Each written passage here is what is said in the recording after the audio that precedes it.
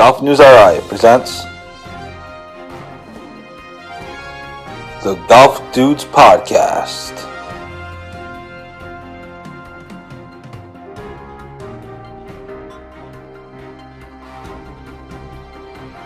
Here are the dudes. Hey everybody, what's up? Happy Northeast Amateur Thursday. Joe Calabro here, coming to you solo. I'm not actually coming to you from the Northeast Amateur though. I'm actually coming to you from my house. But either way, it's a Northeast Amateur Thursday, and this is the Golf Dudes Podcast presented by Lynx Drinks. Lynx Drinks is best known for their transfusion in a can. The transfusion is vodka, ginger ale, and grape juice, but they also have two other flavors, the front nine and the back nine, for your enjoyment. So obviously lots going on in the golf world. I was at the Northeast Amateur all morning, so we'll get to that in a second. But we also have Patrick Welch and Davis Chatfield on the Korn Ferry Tour. We have Christopher and Core, former URI star, on PGA Tour Canada. And we even have someone playing in the KPMG Women's PGA Championship, and that would be Samantha Morrell, the assistant pro at Warwick Country Club. So we'll get into some of that as well. But first, we'll start with the lead story, which, of course, is the Northeast Amateur taking place at Wannamoisett. They lucked out today with the weather. We'll see what happens over the weekend. But so far, it's been a thrilling tournament, and I encourage everybody to go watch it over the next 2 days. Best amateur players in the world, future professionals, PGA Tour pros, for sure. Excuse me. Round two is still going on, of course. Bartley Forrester from Georgia Tech is leading the tournament at 9 under, followed by Caleb Surratt. He finished his round at 7 under for the tournament, so they'll be off late tomorrow. As for the locals, Bobby Leopold is in pretty good shape of making the cut. Again, the cut comes after the Friday round, so after tomorrow, and it's the top 60 in ties. Right now, I just checked the leaderboard, and again, this obviously could change, but T60 is 5 over par. Bobby Leopold is 2 over par for the tournament. So he has a chance to make the cut. Everybody else is well outside the cut line and will need some magic tomorrow. But hey, you never know. It could happen in the cut number, as far as the score, probably will go up a little bit. Excuse me. I would think. So that is what's going on in the Northeast Amateur. And in fact, I actually have some highlights for you. These highlights aren't as great as the round one highlights. I had some marriage stuff to do this morning. So I didn't get to there as early as I wanted to get everybody. But here's some highlights of round two with the Northeast Amateur as far as the locals go. The local highlights of the Northeast Amateur, you'll only find them here on golfnewsri.com. So check them out.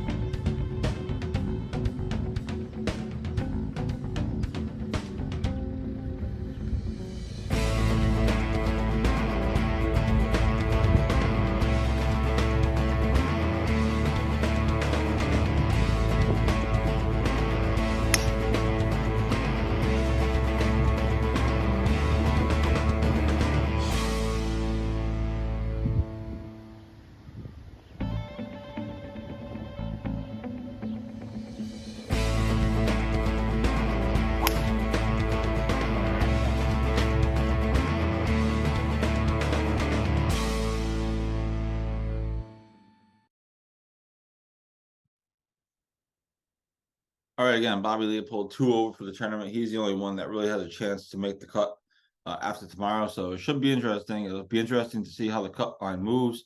I project the score will go up. It's not going to go down, I don't think. especially when you're in the plus fours and fives. Usually, you know, the number goes up a little bit. So it'll be interesting to see what the number moves to.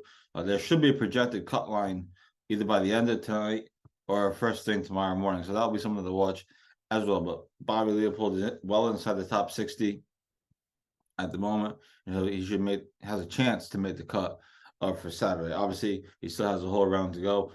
Today wasn't as much of a birdie fest for him as it was on day one when he was dropping birdies all over the place. And he bogeyed 18, as you saw in the highlight there, to put him at +2. He was actually at +1 for a good portion of the day. So Northeast Championship tomorrow, round 3 in the cut after round 3. Obviously, the tournament is still going on right now as I tape this podcast. So tee times for Friday are not out yet, but the early tee times will be the guys that are way down. So a lot of the local guys are probably going to have early tee times tomorrow. Kevin Blazer, Mike Hamilton, and Tyler Cook. Bobby Leopold's tee time should be a little bit later on. I don't know if it's going to be an afternoon tee time, but it certainly should be a little later in the morning, since he's up the leaderboard a bit. So that's where we are with the Northeast Amateur. Thanks to everybody for following the coverage, and certainly been a great tournament. This is one of the best weeks of the year for sure. Wannamoisett looks amazing, as you would expect. The pin positions today, a lot of guys talking about the pin placements. If you saw in the highlight, the Bobby Leopold highlight, the pin on 18 is in like the front corner behind the mound there. The pin on 9, which I don't think we saw in those clips, but the pin on 9 today at Wannamoisett was in the back right corner. So the pins are tricked out today a little bit. They're trying to protect the course for sure, but the rough is thick. Guys were losing balls on the grass, and obviously the greens were fast as you would expect. So it was a great setup, fascinating tournament, and between Forrester and Surratt and whoever else might jump in over the next day, it could be a pretty epic Saturday. No locals will be involved. We're certainly past the era of Davis Chatfields and Patrick Welch's contending. Obviously, they're both pros, so you certainly kind of miss that vibe to it. But it's still exciting to obviously watch the top college kids, top amateur golfers in the country play, or in the world really play, and this could be setting up for a fun Saturday finish between at least those two guys, if not more than that. We'll see what happens the rest of the afternoon, but certainly looking forward to that. I'll be there tomorrow and Saturday, of course. So if you see me, say hello, and hopefully the rain holds off. So that's the one factor that we don't know of, obviously. Yesterday they were saying it's supposed to rain today, and now it's saying there's rain tomorrow and Saturday. So we'll see what happens. Obviously, you never know what the weather, but if the rain gets involved, it'll be could be interesting to see how they get this tournament finished, and certainly see what happens to the course. The rain will probably soften the greens, so you could see more crazy scoring. And that's what we thought we were going to have after Wednesday, when Forrester went out and shot 62. We kind of thought it was going to be another wild finish, another wild scoring year. And it hasn't really been, at least to this point. Now, obviously, while I'm doing this, the scores could be blowing up for all I know. But it sort of fought back today a little bit. Nothing crazy was out there. So we'll see. Wannamoisett fought back a little bit today. It seems like, again, the pin placements were tricked out, and the course is in phenomenal shape. So that is the update from the Northeast Amateur. Again, cut after Friday's round, the top 60 in ties. So if you're watching the leaderboard at home, that's kind of what you're looking for. And again, there should be a projected cut line either by later tonight or certainly tomorrow for sure. So Bobby Leopold has a chance, and we'll follow that storyline throughout the day on Friday. Hopefully the weather holds off. So that is kind of what we have on the Northeast Amateur. Again, come to Wannamoisett tomorrow and Saturday. Check it out. It's worth your time. It's free to get in. You don't have to pay anything. They have food there. You can eat. They have a grill set up for the public to eat. And it's a great tournament. It's a great atmosphere, and hopefully people will come out, weather permitting, of course, over the weekend. So that is what we have for the Northeast Amateur. You can also see those highlights on our website, golfnewsri.com.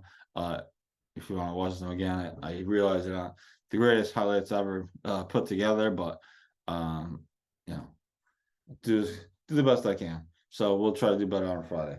So other things going on in the world of golf. Obviously, there's a lot for sure.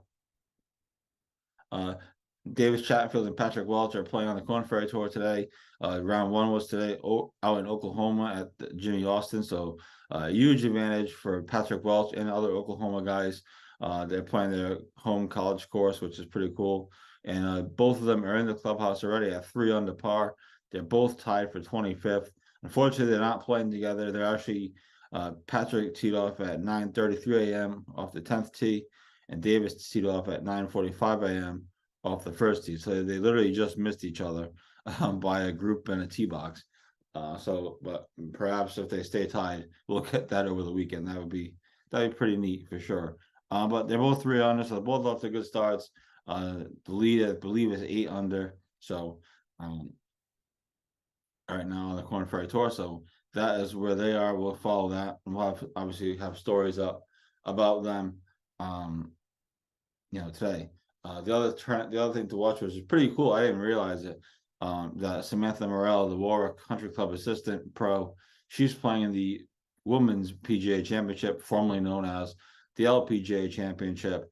Obviously, she got in because she's a PGA professional, and she's able to play in the tournament. She qualified for the tournament, so that's pretty cool. Obviously, she's struggling as you would expect. It's not easy.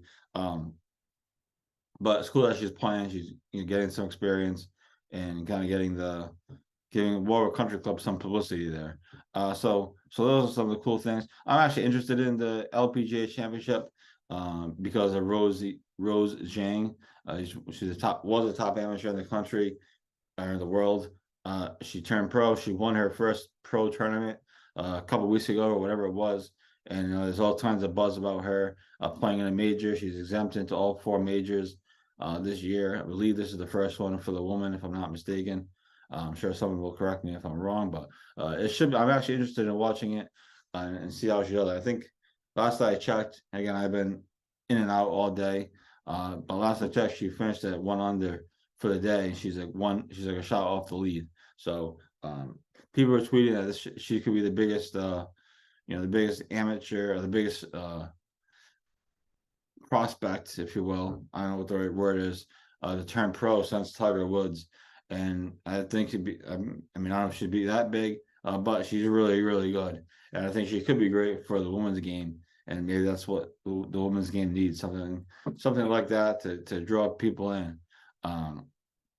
But so I'm definitely interested in the LPGA this week. And of course, Christopher and Cora playing on the PGA Tour Canada. His round is just getting underway. And they're on Saskatchewan, so I believe that's the other side of the country, if I'm not mistaken.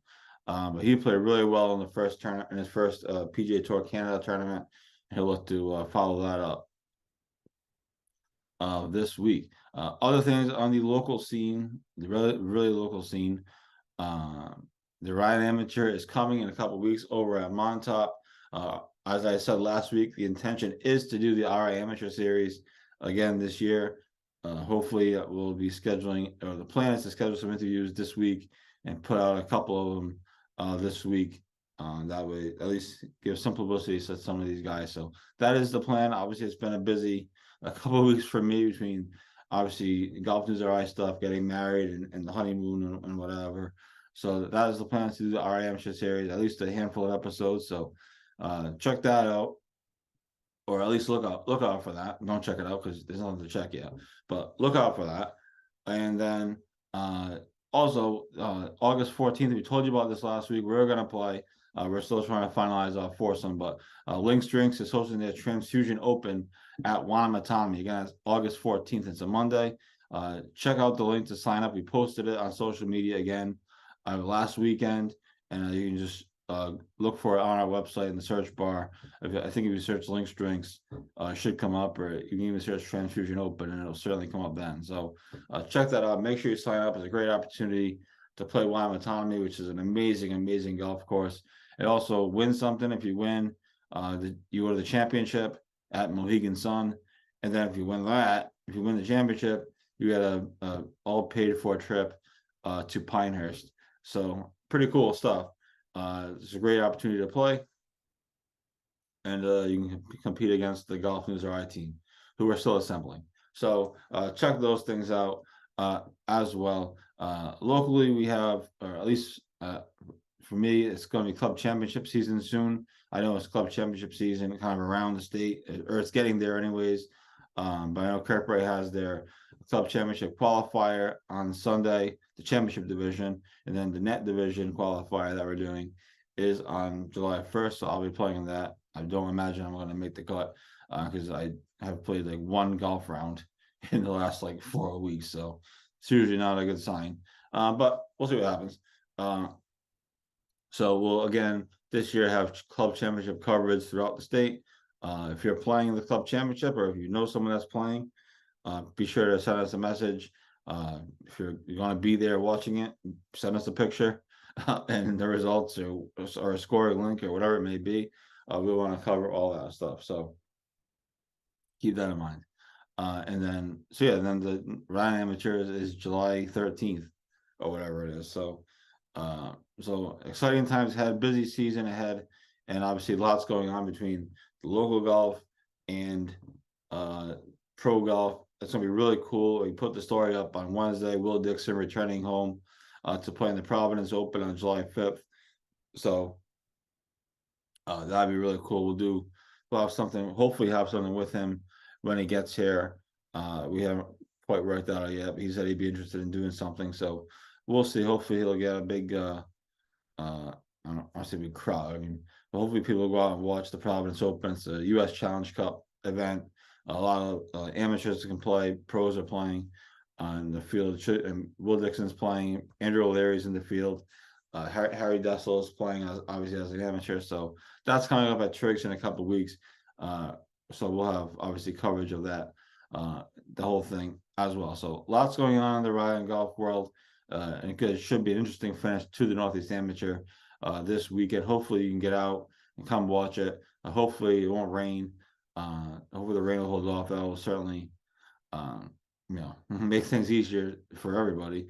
But it will be interesting nonetheless. So that's what we got. Again, the highlights you can see on golfnewsri.com. And coming this weekend, we'll have obviously Northeast Amateur coverage and hopefully some interviews with players.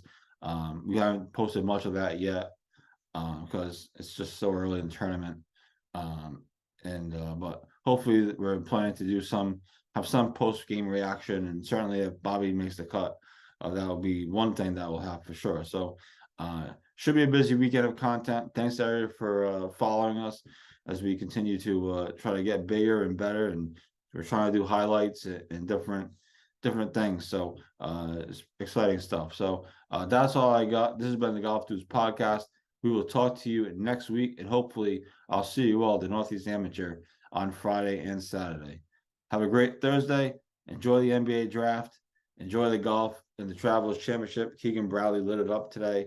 Rory McIlroy had a hole-in-one, which is pretty cool. So enjoy it all. Have a great weekend. This is the Golf News Podcast, and we'll talk to you all week long on golfnewsri.com and, of course, on social media. Happy Thursday, everybody.